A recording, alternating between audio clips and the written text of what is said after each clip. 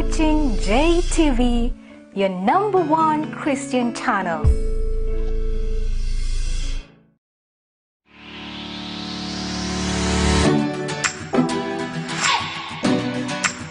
Now, my names are Duncan Derito Gitara. I'm by profession, I'm an electrician by profession. I'm also an addiction counselor. I'm a recovering alcoholic, having been an addict for over 25 years.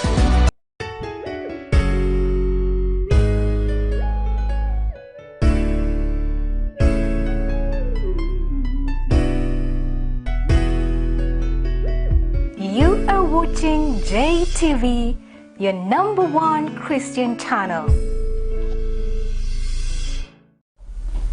Good afternoon, viewers, from wherever you're watching, whichever part of the world that you're watching us from. This is a show called We Do Recover, which looks at issues to do with mental health as well as also addictions.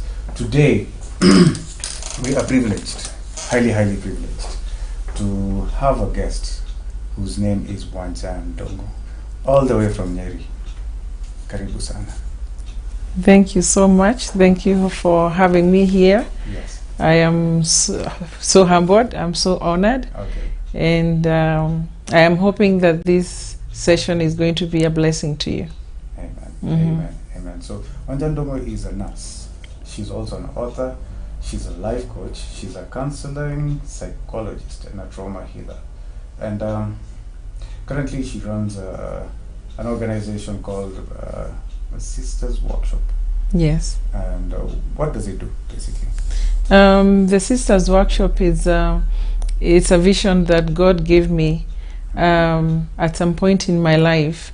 And it's a vision that is aimed at bringing women together, because there's a lot of stuff that women go through. And when they are going through what they are going through, a lot of times they are not able to talk to anyone. And because they are not able to talk to someone, then they internalize issues, and then they manifest in other different ways that harms other people or wounds other people, because they say that people, when they are hurting, they hurt others. And so the vision and the mission for this Sisters Workshop is to help women open up and heal the wounds that are going on in their hearts.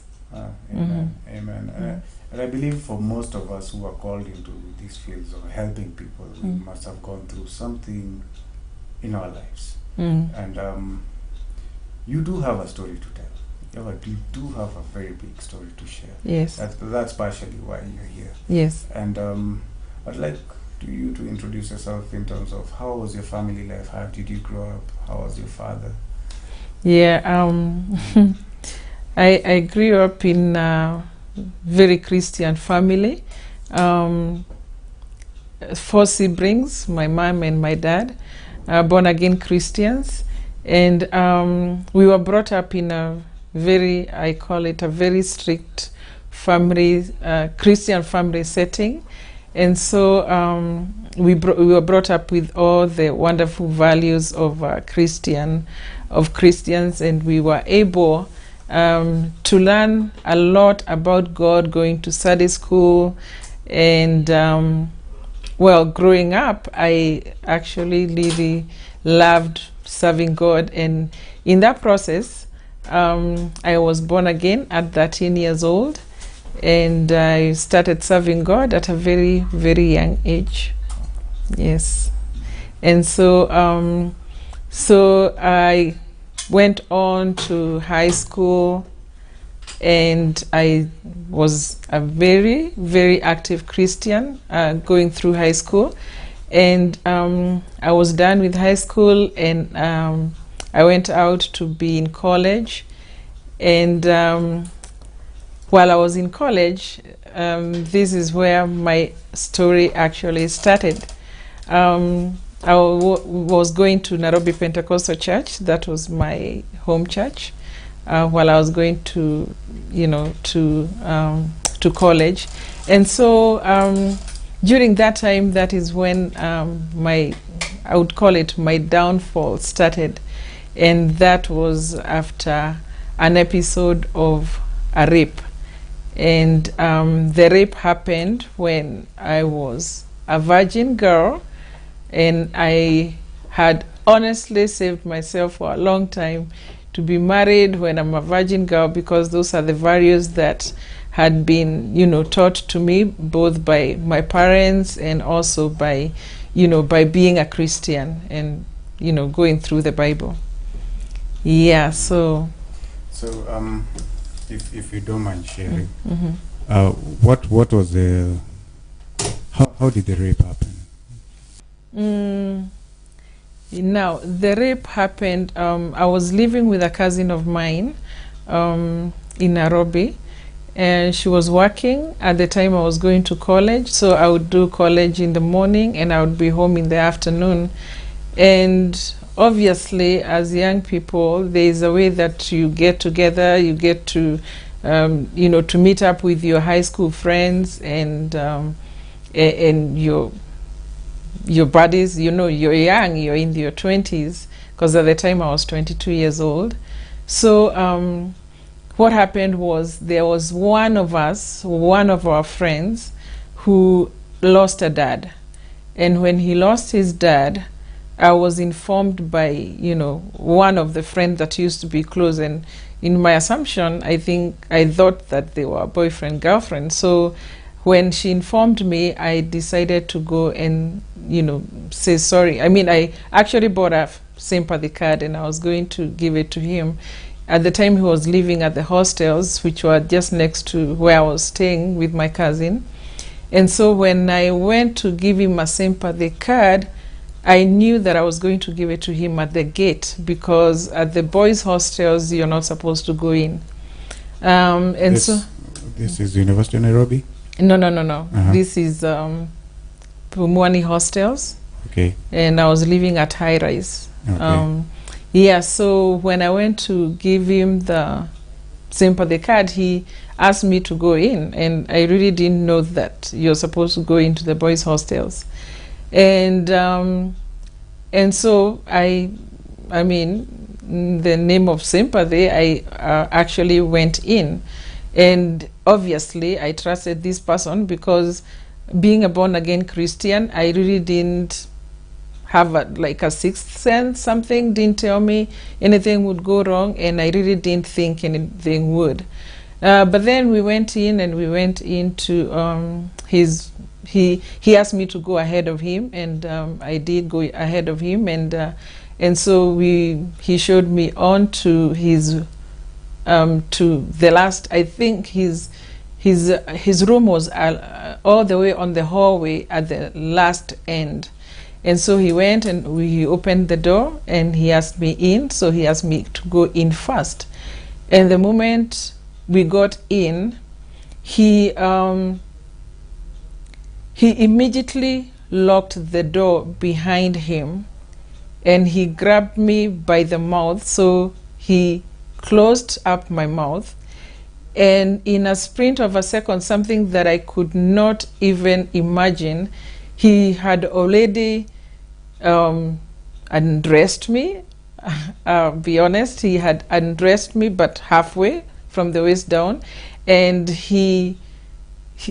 I think he almost called me up, while he is like putting his arm on my neck. And from that moment on, things happened very quickly. He was a very tall and big guy, so very strong, yeah, very strong. So trying to fight him was useless, basically. Mm-hmm. And so he was done, and I put my pants back on. I mean, my trousers. I had trousers, and I put them back on, and there was no word in the room. It was quiet, and I just left, and I just walked back to my cousin's place, and I just lay down, and I was trying to process what had happened. And because this was the first experience, something that I had never ever done before, I had no idea whether I hope this is parental guidance. Yes, it is. Yeah. Mm-hmm. I didn't know there was any penetration whatsoever. So I went through the moments. I know I cried very hard. And then after that, I kind of just forgot about it. I was like, okay, that was it. That was it. And I kept it to myself. But within maybe, I would say maybe 2 months, I realized that I was not getting my periods. And that was scary. And also there was those feelings where you're having cravings for stuff, and I was like, could I be pregnant? That was the most scary moment of my life, because I know that that is not something that I would have wanted to do before marriage. And then again, I did not think there was any penetration at the time the rape happened. So it came as a scare, and it was very, very scaring. And I also knew that I was not going to tell anybody. Just remember, I didn't tell anyone about the rape. And so this time I realized that I may be pregnant, and I knew I would be pregnant because I had missed my period. So again, I was not going to tell anyone. The reason for not speaking out? The reason was shame and guilt. And I was so angry at the man who had done this. And so the same friend of mine that I had thought that they were dating with this guy, I decided, you know what, I'm going to tell her that, you know, something is wrong. And her not being a born-again Christian, told me, like, you know what, if you are, then you don't have to worry. You don't have to tell anyone. We can just get rid of this. And I was like, that would be perfect, because my parents are Christians. Everybody knows me as a born-again Christian. So this would be perfect, because nobody will ever know. And indeed, we went ahead, and she showed me the places to do that, and I did what I did. But the guilt and the pain and the ugliness of everything that had happened, let me just say that my soul died, completely died. And going on from there, I had to find ways of overcoming the bitterness, the anger, the pain, the shame, the guilt. And actually, I also felt that I hated God. And the reason why is because I felt, why did he allow this to happen? Yet I have served him for such a long time. So, when the enemy is looking for you, he will find you. And when he's looking for you, he'll also give you some good company to carry out exactly what he has in plan for you. And so what happened was that I actually started realizing that I was starting to get friends who were drinking friends, you know. And before I knew it, with all the ugliness that was going on inside me, and the conscience that had died, that I didn't care what else happened, because what I held most important in my life had been taken away from me, which was virginity. Okay. Yeah, okay. That had been taken away from me. On top of that, I had actually killed. And so that having known the Bible, having studied the Word, having grown up as a Christian girl, that was not sitting well with me. So when I found some drinking buddies, immediately I got into alcohol. And that was a place where I was able to talk to the bottle. And actually it didn't start off as, being alcoholic. It started off as social drinking. But it really jumped off to regular drinker. Like, I didn't need company to do that. I went on to become a functioning alcoholic, where I would be able to be at work and I would be able to continue drinking. It went on to a place where I was drinking 24/7. I mean, the only time I wasn't drinking was when I was asleep. So I woke up to a drink and I stayed through with a drink. I was functioning, and before I knew it started getting into me. But at the time I was in Kenya, that was when between 22 and 29 I was in Kenya, but it became so bad. But by the grace of God, because I know this was by the grace of God, because I remember my cousin telling me that the level of drinking that I was doing, she didn't know, because we were living in the same place. She didn't know what day she would wake up and I would be dead. She believed I would just die in my sleep at some point. And by the grace of God, I left Kenya and went to the United States, and I was able to stay away maybe for a while, because I mean, I'm adjusting to a whole new environment. I'm getting to learn a few things, get new friends. But the devil is a liar, because before I knew, I laddered into people who were doing the drinking. So initially you had gone to the United States. What was the purpose of your visit there? The most interesting part is that I had no plan to go there. But I remember someone that we used to work with, a colleague that we were working with, went to visit a sister in California. And then when he was out there, he called and he asked me, would you care to come to the US? And I said, well, doesn't matter, I would. And he actually got me paperwork. He came back with paperwork and he said, here's the paperwork. If you want to go to the US, here is the paperwork. You can go to the embassy. Fortunately, I had a passport, thank God. I had a passport, and in a month I went to the embassy. There were no questions, there was nothing. I mean, they just asked me what I do. I said I was a personal assistant. They asked me how much I was working. I was getting. I said how much, and then they asked me, how long are you going? I said I'm going for just a study for about 1.5 years. And they said, sure, go pick your visa. Come pick your visa in the afternoon. So sincerely, I was not going with any form of direction. I was just flowing with the flow. And even when I got there, I was just flowing with the flow. I mean, I found people, when they get there, they do nursing. Here I was a secretary, but when you get there, you do nursing. So I got into nursing, and and I continued with nursing while I was actually, well, you start with some funny jobs before you get your license. And which involves working in all nursing homes. Yeah, working in nursing homes, becoming security guard. What else? Working in restaurants, fast food.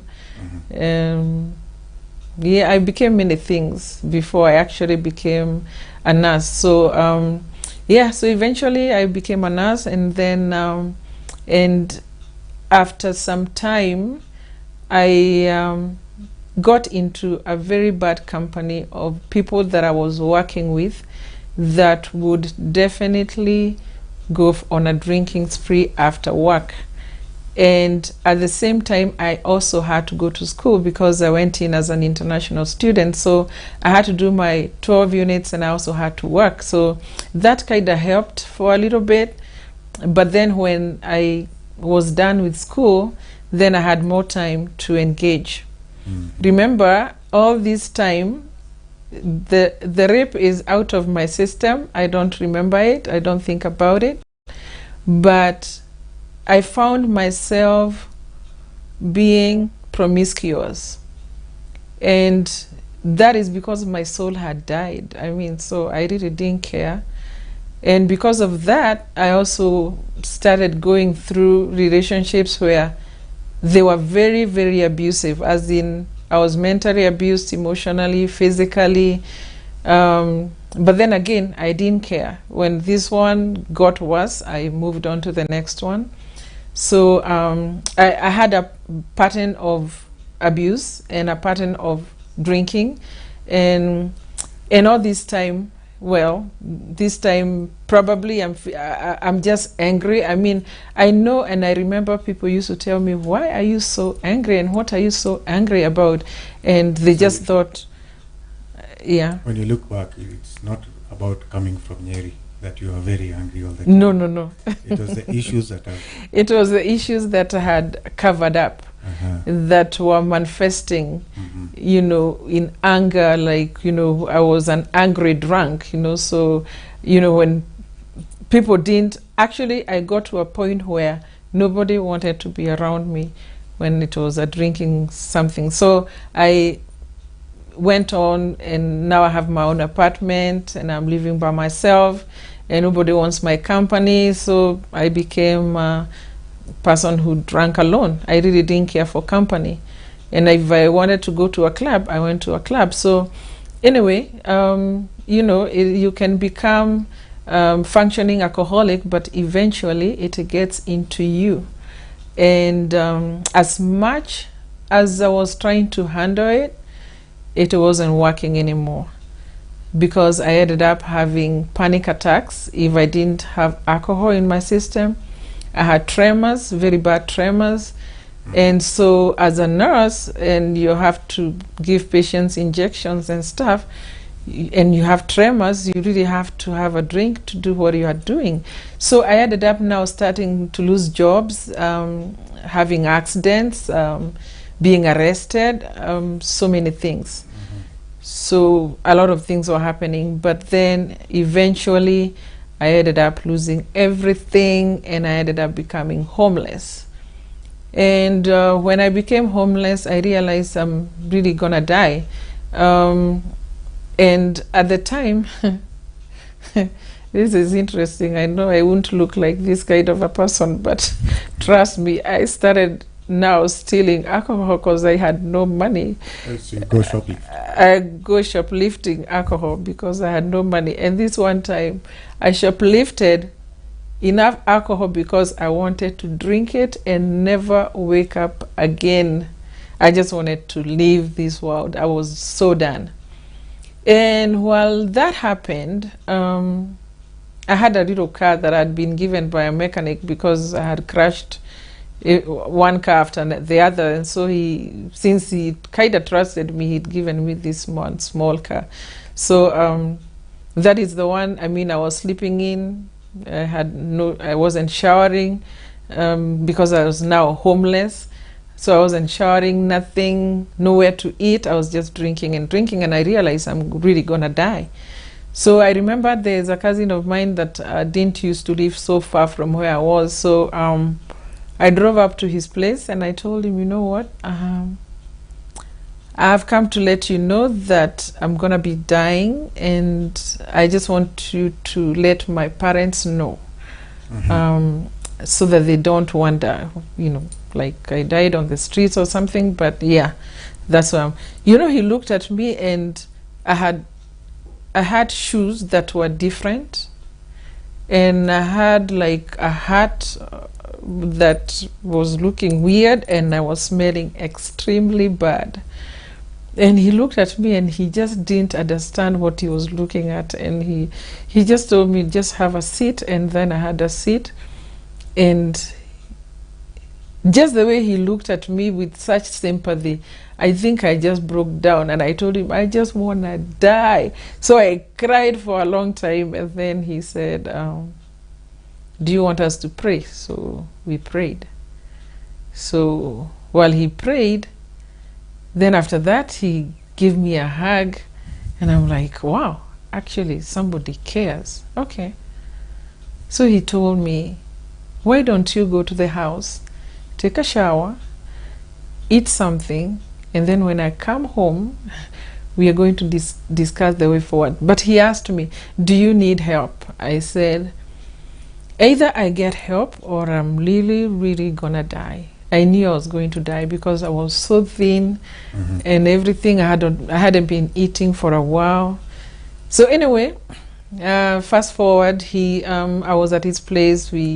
He got into, into the internet and everything, and eventually he was able to get a Christian rehab center, and I was taken there. He took me there and he paid for it, and I was there for 60 days. But in the 60 days, in the 7th day at the rehab, some lady came to talk to us. They actually just used to allow people who have recovered to come and speak to us, because otherwise, you can't come to speak to people when you really don't understand what they've been through. So anyway, she came to speak to us, and she gave a story of how she was on the streets for 13 years, running away from police with her son. And while she was talking to us, I really started sobbing hard. And I remember her looking at me and pointing at me, and she told me, "Lady, there is something that you need to forgive." And that was my aha moment, as in that very moment I remembered the rape. It was 15 years after. And she hugged me, and I sobbed and sobbed and sobbed, and I remembered the guy, the rape, the abortion, the everything. And I mean, I was like, how can I have kept this from thinking about it, from dealing with it, from everything? How?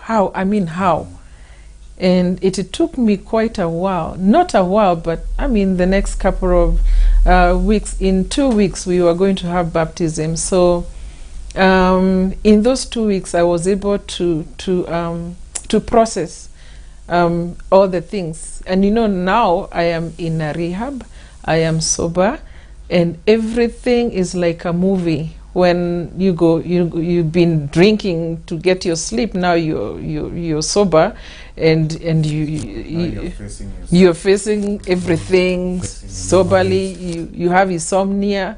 You cannot sleep, so you're going back through things, and you're like, oh my God, it's like a movie.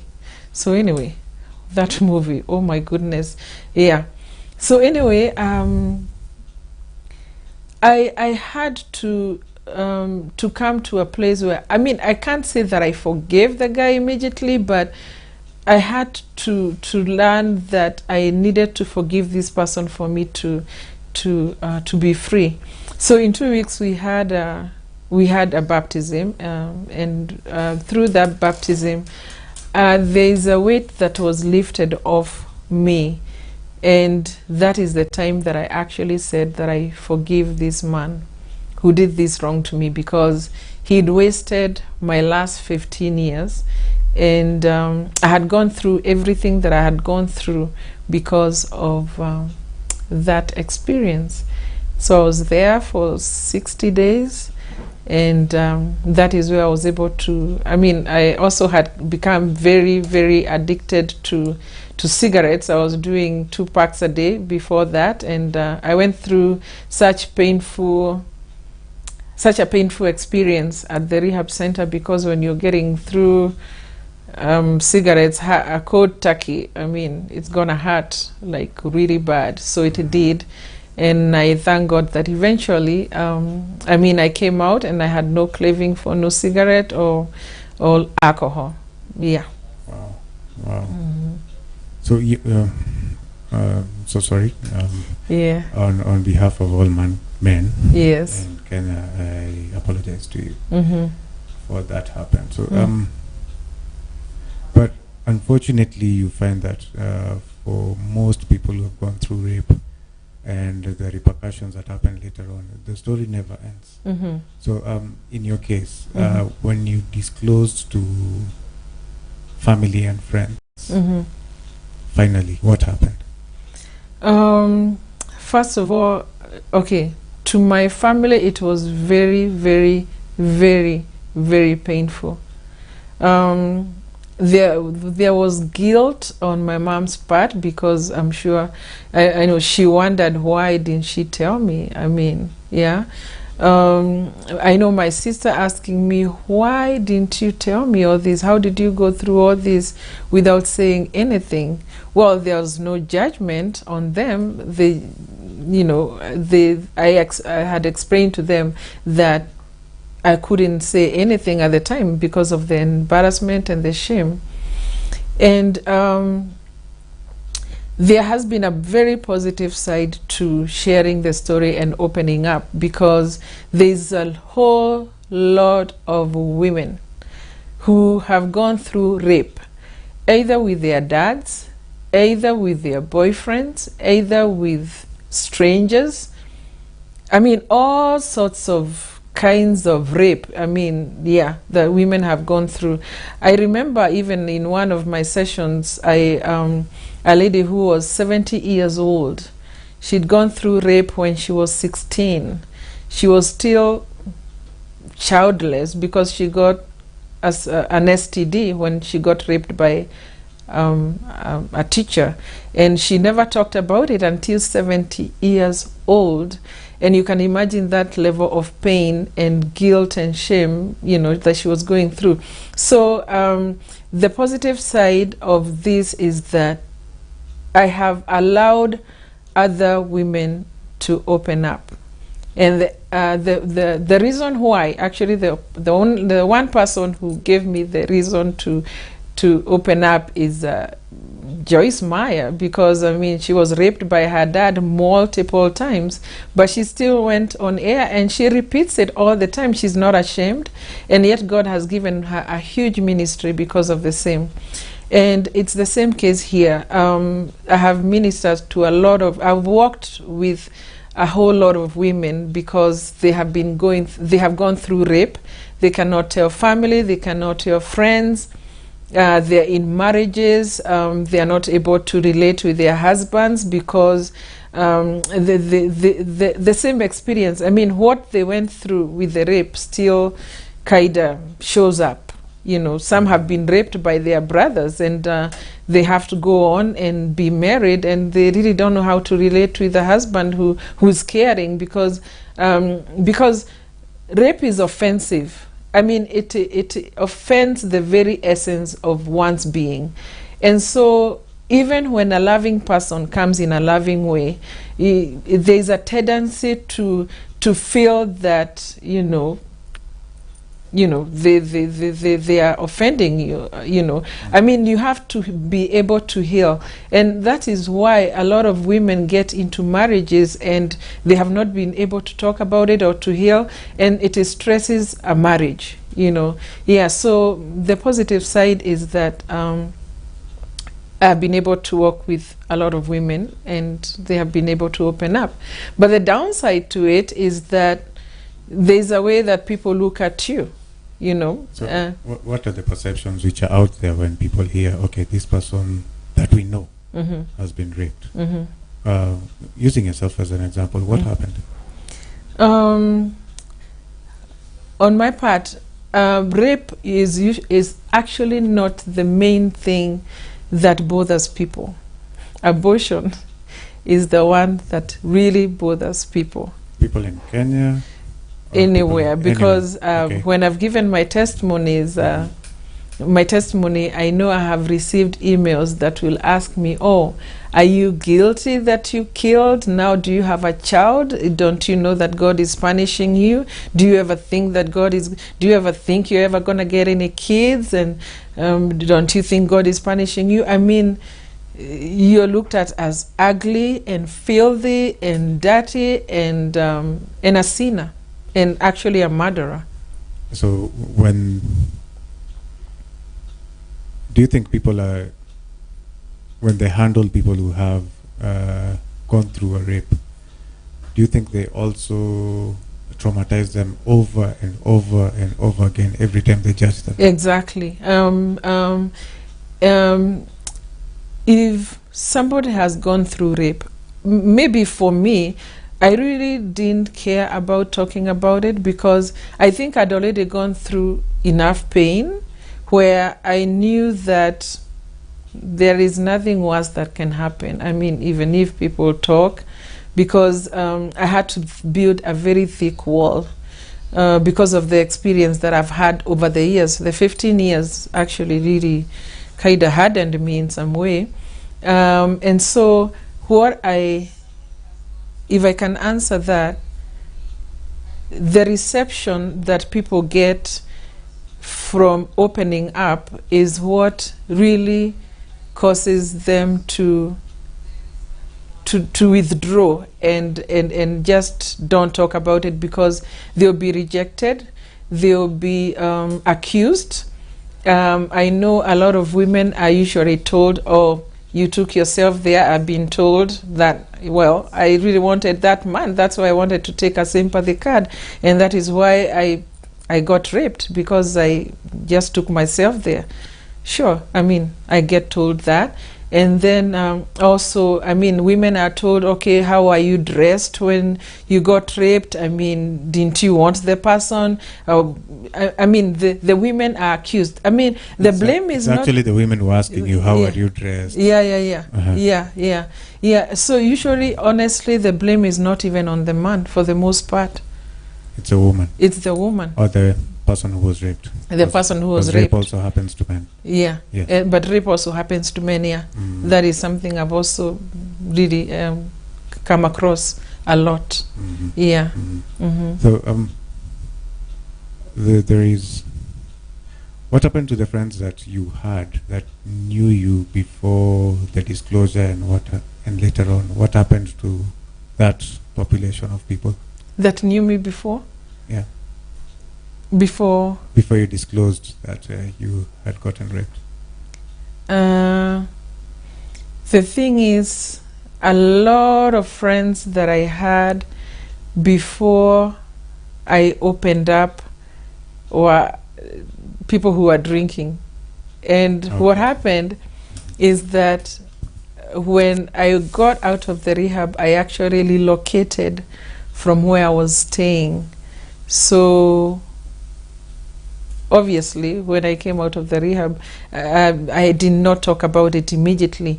I actually spoke about it or opened up about it when I wrote the book. I wrote my book. That's your book? Yeah. Okay.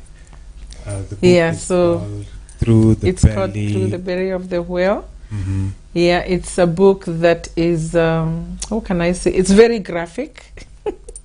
It's too graphic because I have put everything down from what happened before, during, after, and I know it's a book that some people who are my friends, it either breaks us or makes us, but for some people it has changed their lives. I also know that there are some parents who bought this book and they have prayed for their children, and their children are now born again. I also know that there are a lot of people who have read this book, and it's not necessarily that they are going through what I went through, but they are able to open up about some other issues that they have actually gone through since childhood. Okay. And they are able to heal. Okay, so that whole experience gave birth to your purpose in life. Yes. So what was that moment that you got the inkling, now on this earth, to minister to people in this way? What had happened? Oh wow, that's another it's another story, because what happened was that when I came out of the rehab and I was serving God and everything was going on very well, I met this particular person who really was a person who wanted to marry and to settle down, and that is the impression that I got. And I also wanted to settle down really badly. And so what happened was I fell in love with him. He supposedly fell in love with me, which I don't believe he did. And at the time I had done a manuscript of my book, and so I was just in the process of publishing it. But I remember him telling me that if I publish this book, I'll never get a husband, and number two, we cannot be together. So I put the book in the archives, and we went on into a relationship, and I I hanged Jesus on the wall and decided I'm going to go into the relationship and include Jesus into the relationship. Instead of allowing God to get me a man, I got for myself a man and decided I'm bringing Jesus in. The honest truth is, in 2 years of a relationship, I went through more pain than I had gone through in the 15 years. The man had read the manuscript of the book. He knew I had been through rape. He knew I had been through alcohol. He knew I'd been abused. He knew everything about me. And so I got into a relationship where he abused me mentally, physically, emotionally, spiritually, financially, and the one that I didn't know was socially. I was not even, this time I'm in the United States, I was not even supposed to call my own mother. I had to hide to call my own mom. He cut off all my friends. And in a span of 2 years, I had 3 miscarriages. And that is when I wanted to die again. I wanted to die again. And meanwhile, he was seeing someone else on the side, and the person was getting babies. So that was very hurtful. And so somehow I felt like it was a punishment from God. But again, I had put myself into that situation. So what happened was I was able to walk away from that relationship alive. And at that point in time, because I know that I wanted to die again, it's a point in time where I told God, you know, I either die or you give me a purpose to live. And because I felt the strength to live again, or he gave me the strength to live again, I took about 9 to 10 months of seeking God, praying, fasting, seeking God. And towards the end of the 10th month, that is when I was at work at a nursing desk at some point, and God just gave me this vision. And it's like it was something that showed me that I needed to help women heal and help women, because the reason why this man was attracted to me, because I had given myself back to God, but I had not taken out the bitterness, the anger, the pain. The ugliness was still there, and that is what drew this man towards me. So I realized that if you don't deal with the ugliness that is on the inside, you will continue drawing people and attracting people who are going through the same woods that you have. Because even after, I had to dig deeper about him, and I realized that he was a very hurt person. He had been hurt so deeply because it's a person who even started getting raped, as we mentioned, that men get raped. Yeah, he started getting raped from when he was a child by the house girl, and he went through so much, and so he had not healed. So his ugliness drew, my ugliness attracted his ugliness, and we were two ugly people trying to, two wounded people trying to make a relationship which doesn't work. So mainly because two people in the relationship will tend to hurt them. Yeah. So because you're two people who have a void, and so you're trying to draw each other into a void that you cannot feel, because you can never really feel the other person. And that is why when you're going into a relationship, you have to be whole. You have to know you are whole, and the other person has to be whole.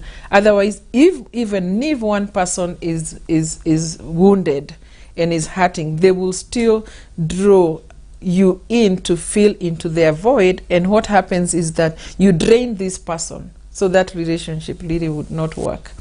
So anyway, so when I got to this point in time when that came into me, that I needed to help women to heal the wounds that are going on in their hearts and in their spirits, because otherwise they will keep drawing abuse into their lives. I mean, how could I come from a place where I assume I have healed to come and have a man physically beat me? Because, I mean, it just lowers your self-esteem, and it just damages your self-image, and it just destroys you. So that is where I got to a point where I was like, this is what I need to do to help women heal from the wounds that are going on through them. Because, you know, some are going through abuse with their husbands because they are wounded inside, you know. And even men go through abuse from women because they're also wounded on the inside. So with time, that was about 2014, but with time I've realized that it's the whole family setting that needs healing. So you know, from the sisters workshop, I am trusting God that I can put it into a foundation so that way it can cover the whole family, so that, you know, nobody is hurting the other. Because previously you had a rescue center. Yeah. Yes. Yeah, I had a rescue center in Ruaka in 2018, and yeah, it was there for a while, and then you know, I was rescuing women. I had homeless women who've been deported, and you know, just women who've been abused. I had cases of abuse, and I realized that, you know what, women are going through way too much. Well, I had to close it. It was in Ruaka, but we are looking into opening another center in Nyeri, God willing, soon. Yes. Yes. So how can our dear viewers, how can they reach you? How can they access you for much more material? Any questions? How can they share with you, etc., etc.? Okay. For one, I have a Facebook page. It's called I Am My Sister Workshop. And also, obviously, my Facebook is Wanjadongo, so you can always get through to me on inbox. I also have my details on email is on there. And if you want to get to me directly on my phone number, is it okay that I give it? Yes, please. Yeah, my phone number is 0711 392 385. 0711 392 385. And if you want to get a copy of this book, you can always order. It's only 1,000, and it's going to support in building or creating that center again. It's going to be in Nyeri, but obviously it will cover every county, because it's going to be a foundation, not just something that covers the county. Yeah, so that we can help a lot of women who are going through way too much. Yes. Okay. Thank you very much for your courage to come and share, coming all the way from Nyeri. And we thank God for you. We thank God for the work that you're doing, and we hope that you will come back soon. We pray that the center will launch very, very soon again. Yes. So we'll come. We will witness. Thank you. Thank you. Yes. So I'm also extending my thanks to the studio team, Leseni and the rest. Thank you very much for bearing with me today. This has been We Do Recover, and today's topic was rape, trauma, and how she got over it. Thank you and good afternoon. Shalom.